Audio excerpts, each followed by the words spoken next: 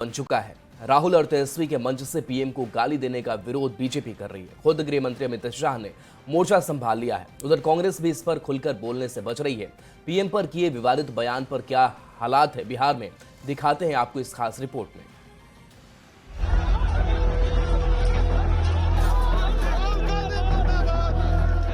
राहुल गांधी और तेजस्वी यादव के मंच से प्रधानमंत्री नरेंद्र मोदी और उनकी मां को गाली देने पर खूब सियासत हो रही है।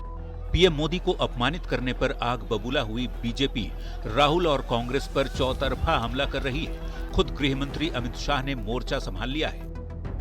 उसमें राहुल गांधी के स्वागत के मंच पर से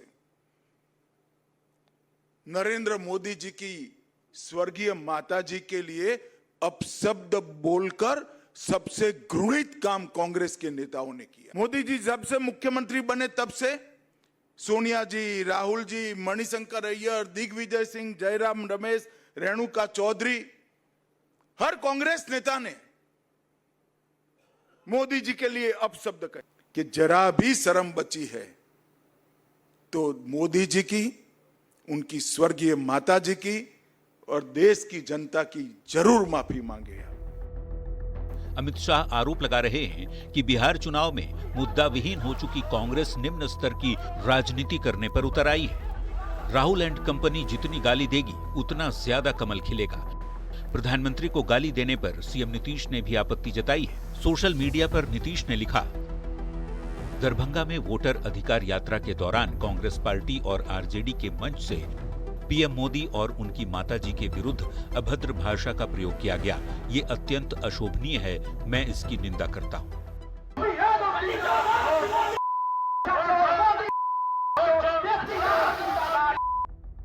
ये पहला मौका नहीं है जब पीएम मोदी या उनकी मां को गाली दी गई।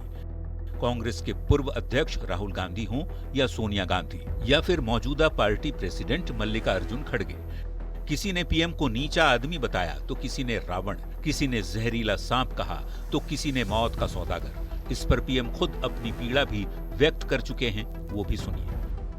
और नामदार तो कामदार को सदियों से ऐसे ही गाली गलौज करते आए हुए हैं, ऐसे ही ठोकर मारते आए हुए।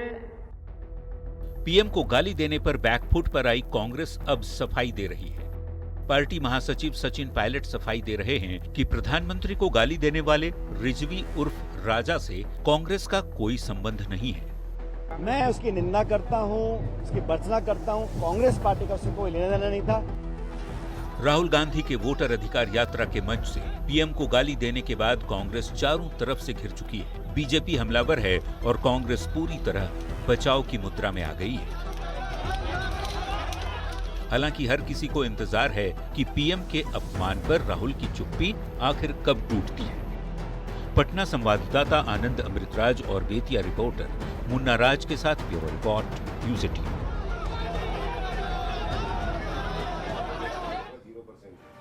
और देखिए, पीएम मोदी को गाली देने का विरोध बढ़ता ही जा रहा है। पटना में बीजेपी नेताओं ने कांग्रेस कार्यालय के पास विरोध प्रदर्शन किया और इसी दौरान सदाकत आश्रम रण क्षेत्र में तब्दील हो गया। विरोध मार्च के दौरान बीजेपी और कांग्रेस के कार्यकर्ता आपस में ही भिड़ गए। ये रिपोर्ट आपको दिखाते हैं।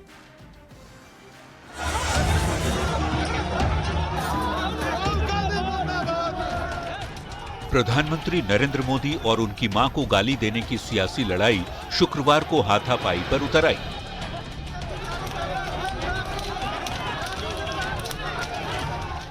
राजधानी पटना में भारतीय जनता पार्टी के नेताओं ने कुर्जी मोड़ से कांग्रेस कार्यालय सदाकत आश्रम तक विरोध प्रदर्शन किया। इस दौरान बीजेपी और कांग्रेस के कार्यकर्ता आमने सामने आ गए। कांग्रेस का प्रदेश कार्यालय रण क्षेत्र में तब्दील हो गया।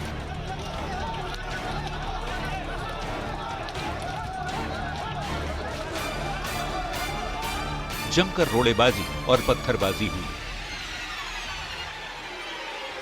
गुस्से से आग बबूला बीजेपी के कार्यकर्ताओं ने कांग्रेस दफ्तर में खड़ी गाड़ी के शीशे को चकनाचूर कर दिया।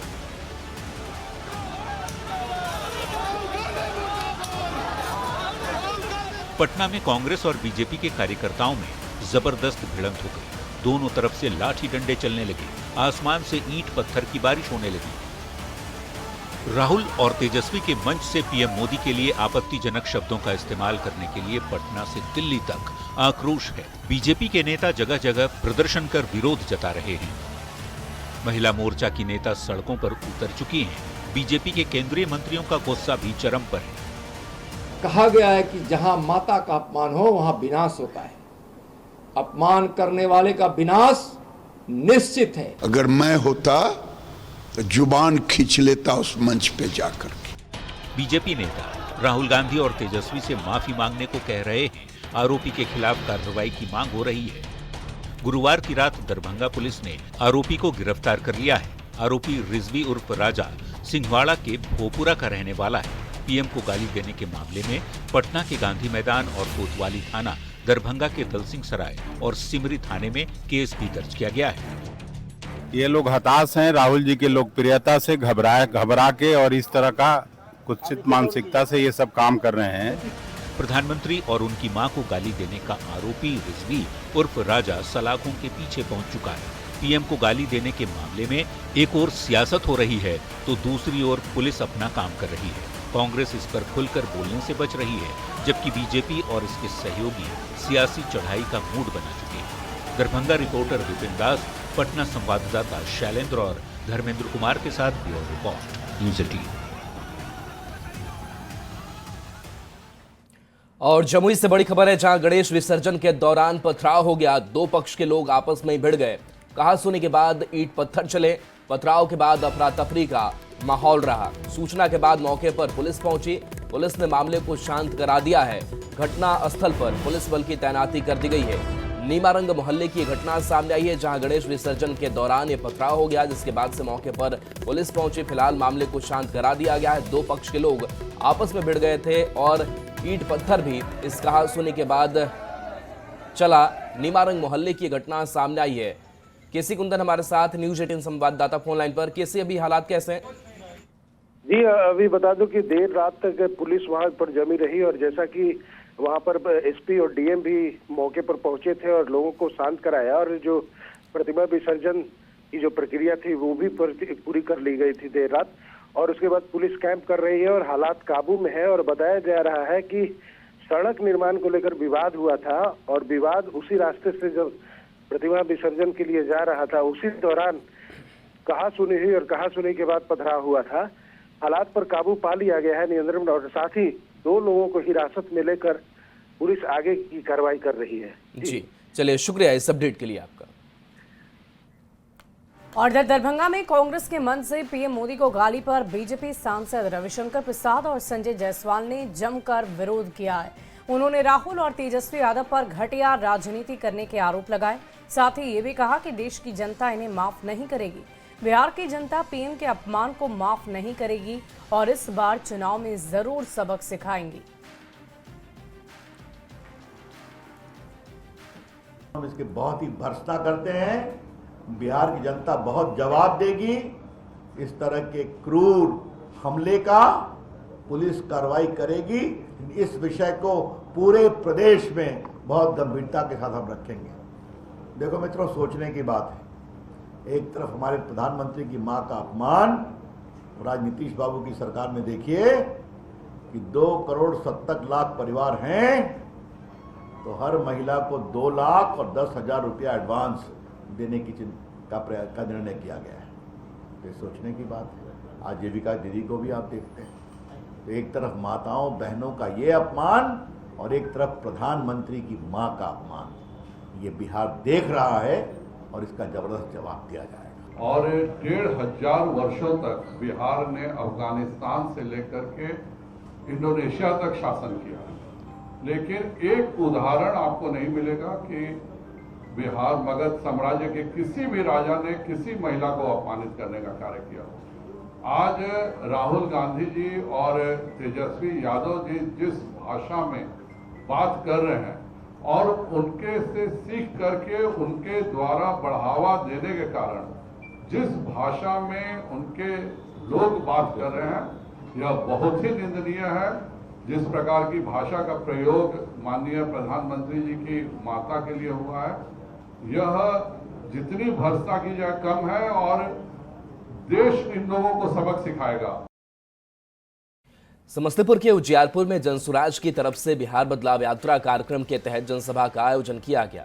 जनसुराज के संयोजक प्रशांत किशोर ने दरभंगा में कांग्रेस के मंच से पीएम मोदी को गाली देने मामले की निंदा की।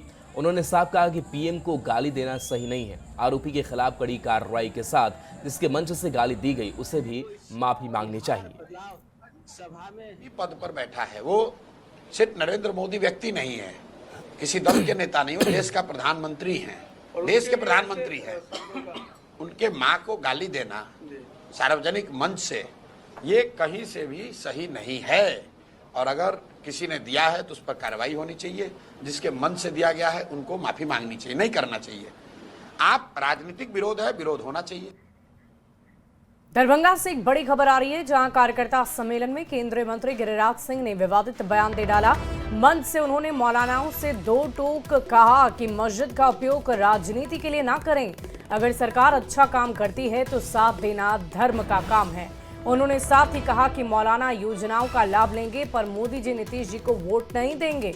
संबोधन के दौरान केंद्रीय मंत्री गिरिराज सिंह ने यह भी कहा कि नीतीश कुमार के नेतृत्व में बिहार में लगातार विकास का काम जारी है और आने वाले वक्त में भी ये गति जारी रहेगी। चाहता हूं धर्म का प्रचार अगर राजनीति में होगा तो अगर मस्जिदों से ये होगा तो कल चर्च से होगा, परसों मंदिरों से भी होगा। यही आवाज उठेगी। जो सरकार अच्छा काम करे, धर्म का काम है उसका साथ देना। अगर सब स्कीम का फायदा लेंगे तब तो मौलवी साहेब आपको हम क्या कहेंगे, नमक हराम ही कहेंगे ना। और पटना से बड़ी खबर, जहां इंजीनियर नागेंद्र के ठिकानों पर छापेमारी हुई है। आय से 125% अधिक संपत्ति से जुड़ा हुआ यह पूरा मामला और इसी मामले में निगरानी की रेड हुई है। बोरिंग रोड समेत कई ठिकानों पर छापेमारी हुई है। निगरानी डीएसपी के नेतृत्व में ये छापेमारी चली है। कोर्ट से वारंट मिलने के बाद छापेमारी हुई। 73.32 लाख से अधिक अवैध संपत्ति बनाने का आरोप इनके ऊपर। पटना और गयाजी में 3 ठिकानों पर छापेमारी हुई। बता दें कि निगरानी डीएसपी के नेतृत्व में देर रात तक ये जांच चली। मोकामा में पोस्टेड हैं assistant engineer Nagendra. Engineer Nagendra पर निगरानी थाने में केस दर्ज है। और इसी बीच अधीक्षण अभियंता विनोद राय से जुड़ी एक बड़ी खबर आ रही है। ईओयू के हाथ अहम सबूत लग गए हैं। विनोद राय और उनके करीबियों के 24 डीड पेपर मिले। समस्तीपुर के रोसड़ा और उड़ीसा में कंस्ट्रक्शन की फैक्ट्री। विनोद राय पर अलग केस करेगी ईओयू। आय से अधिक संपत्ति का केस दर्ज किया गया है। बड़ी खबर आपको बता रहे हैं विनोद राय से जुड़ी हुई, जहां अलग केस करेगी ईओयू। ये बड़ी जानकारी इस वक्त की आपको दे रहे हैं। आय से अधिक संपत्ति का केस दर्ज किया गया है।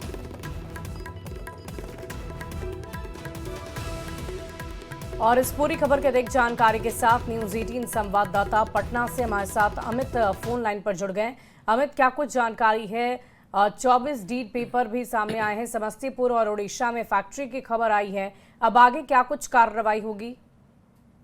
देखिए, विनोद राय के विरुद्ध जो है लगातार छानबीन चल रही है और ईओयू की अलग अलग टीमें जो है वो एक तरफ छानबीन कर रही है, दूसरी तरफ विनोद राय से कल से बेउर जेल में जो अस्पताल में वो एडमिट है वहीं पे पूछताछ हुई है। 3 दिनों के लिए पूछताछ की अनुमति कोर्ट से मिली है। तो इसी दौरान जो छानबीन हो रही है, इसी दौरान ये जानकारी मिली ईओयू के हाथ जो है वो सबूत लगे हैं कि विनोद राय जो है और उनके परिजनों करीबियों के जो है वो 24 डीड पेपर मिले हैं, जिसमें समस्तीपुर के रोसड़ा और उड़ीसा में कंस्ट्रक्शन से जुड़ी फैक्ट्री जो है वो चलाया जा रहा है विनोद राय और उनके करीबियों के द्वारा, रिश्तेदारों के द्वारा। और ये फैक्ट्री उनके द्वारा पार्टनरशिप में चलाई जाने की जो जानकारी है वो भी मिली है। और अवैध कमाई से जुड़े हुए कई स्रोत को दिखाते हुए जो है उन्होंने जो धन अर्जित किया है उसके जरिए अवैध जो कमाई किया उसके जरिए जो है उसके मार्फत जो है बिजनेस खड़ा किया है। कई जो है उन्होंने बिजनेस खड़ा किया और विनोद राय पर ईओयू जो है भ्रष्टाचार अधिनियम पीसी एक्ट के धाराओं में आय से अधिक संपत्ति का मामला भी अब दर्ज करेगी, क्योंकि जो अब तक बातें थी, जो सूचना थी वो पुख्ता होती नजर आ रही है। उसके साक्ष्य मिले हैं और इसी को लेकर के ईओयू जो है अब ये विनोद राय से पूछताछ कर रही है। कल पहला दिन था जो पूछताछ की हुई, आज दूसरा दिन है जब बेउर जेल में बंद विनोद राय जो अस्पताल में इलाजरत है, वहीं उनसे एक टीम पूछताछ कर रही है। दूसरी टीम जो है वो लगातार अलग अलग टीमें जो है वो विनोद राय की जो अकूत संपत्ति है उसका पता लगाने में जुटी हुई है। तो कहीं ना कहीं कह सकते हैं कि विनोद राय जो है वो उन्होंने न सिर्फ करोड़ रुपए जो है वो नगद लेकर के अपने घर पे आए थे, जिसमें से लाखों रुपए उन्होंने और उनकी पत्नी ने जलाया है। दूसरी खबर ये भी है इस मामले में कि बबली राय जो विनोद राय की पत्नी है उनके खिलाफ भी ईओयू ने कोर्ट से वारंट हासिल कर लिया है, गिरफ्तारी वारंट, और विनोद राय की पत्नी फिलहाल फरार बताई जा रही है। तो उनकी गिरफ्तारी के लिए भी जो छापेमारी है वो ईओयू की दो टीमें जो है वो कर रही है अलग अलग स्थानों पे, चाहे वो समस्तीपुर हो, पटना हो या दूसरे जो ठिकाने हैं विनोद राय के रिश्तेदार हैं उनके यहाँ ये टीमें जो है वो मूव कर रही है। अब तक विनोद राय की पत्नी बबली राय का पता नहीं चला है, लेकिन जानकारी गैदर करने में लगातार ईओयू की टीम जुटी हुई है कि जल्द से जल्द विनोद राय की पत्नी जो है बबली राय उसकी भी गिरफ्तारी सुनिश्चित करे और फिर आगे की फर्दर पूछताछ उनसे भी होगी। मुद्रा जलाने का जो मामला है, पैसा जलाने का जो मामला है, उसके तहत ये मामला दर्ज हुआ बबली राय के ऊपर। तो कुल मिलाकर चलिए अमित, इस पूरी खबर पर आप लगातार नजर बनाए रखें। बहुत बहुत शुक्रिया आपका तमाम जानकारी के लिए। बिहार चुनाव से पहले सीएम नीतीश कुमार ने एक बड़ा मास्टर स्ट्रोक खेला है। एक बार फिर से महिला वोट बैंक, जो कि जेडीयू का कोर वोट बैंक रहा है, उनके लिए बड़ा फैसला हुआ। बिहार के हर एक परिवार की एक महिला को सीएम नीतीश ने 10,000 रुपए देने का ऐलान किया है। इस नई योजना को नीतीश कैबिनेट से भी मंजूरी मिल गई है। मुख्यमंत्री महिला रोजगार योजना के तहत सरकार 10,000 रुपए देगी। कैसे बिहार की महिलाओं को रोजगार मिलेगा, यह तोहफा मिला है, इस रिपोर्ट में आपको दिखाते हैं।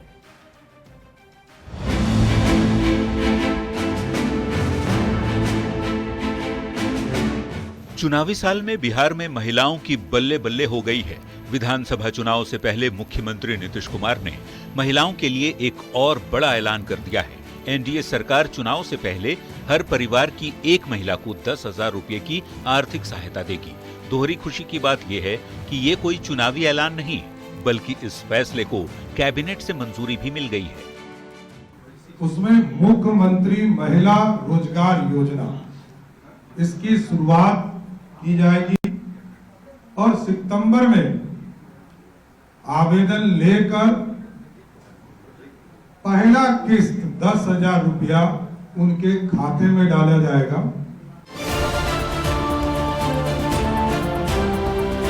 मुख्यमंत्री महिला रोजगार योजना से महिलाओं को रोजगार शुरू करने के लिए परिवार की एक महिला को पहली किस्त में 10,000 रुपये दिए जाएंगे। 2 दिन बाद सितंबर महीने से ही महिलाओं के खाते में पैसे भेजे जाएंगे। रोजगार के 6 महीने बाद आकलन किया जाएगा और इसके बाद 2 लाख रुपए तक की अतिरिक्त सहायता राशि भी महिलाओं को दी जाएगी। माननीय मुख्यमंत्री महोदय श्री नीतीश कुमार जी के नेतृत्व में राज्य सरकार पिछले 20 वर्षों से महिला सशक्तिकरण के क्षेत्र में दृढ़ संकल्पित तरीके से कार्य कर रही है। बिहार चुनाव की घोषणा से ठीक पहले सीएम नीतीश ने आधी आबादी को एक बड़ी सौगात दी है। ग्रामीण विकास विभाग के तहत सरकार इस योजना को जमीन पर उतारेगी और इसमें नगर एवं आवास विभाग की भी मदद ली जाएगी। गांवों से शहर तक हाट बाजार विकसित किए जाएंगे। सीएम के इस मास्टर स्ट्रोक पर खूब सियासत भी हो रही है। विपक्ष इस घोषणा को चुनावी चूरन बता रहा है। कोई अपने परिवार के लिए जीता है और नीतीश कुमार जी बिहार की बेटियों के लिए जीते हैं, महिलाओं के लिए जीते हैं। यही मौलिक परिवर्तन इस बिहार की राजनीति में हुआ है। ये बिहार सरकार जैसे ही इसको एहसास हुआ कि बिहार में उनकी सत्ता जाने वाली है, तो बिहार की जनता को चुनावी चूरन, चुनावी लॉलीपॉप, चुनावी जुमले के तहत ये इसको परोस रहे हैं। चुनावी साल में हर राजनीतिक दल एक खास वोट बैंक को साधने की कवायद में है। इस जुगत में हर किसी की पहली पसंद है महिला वोटर, जो पिछले कुछ चुनावों से किंग मेकर बन गई हैं। सत्ता की चाबी महिलाओं के हाथों में है। चुनाव में खेल बनाने और बिगाड़ने में महिला वोटर्स काफी अहम भूमिका निभा रही हैं। देखना होगा महिलाएं इस बार किसका साथ देती हैं। पटना संवाददाता संजय और शैलेंद्र कुमार के साथ ब्यूरो रिपोर्ट, न्यूज़ 18। और यहाँ रुकेंगे एक छोटे से ब्रेक के लिए। खबरें लगातार जारी है।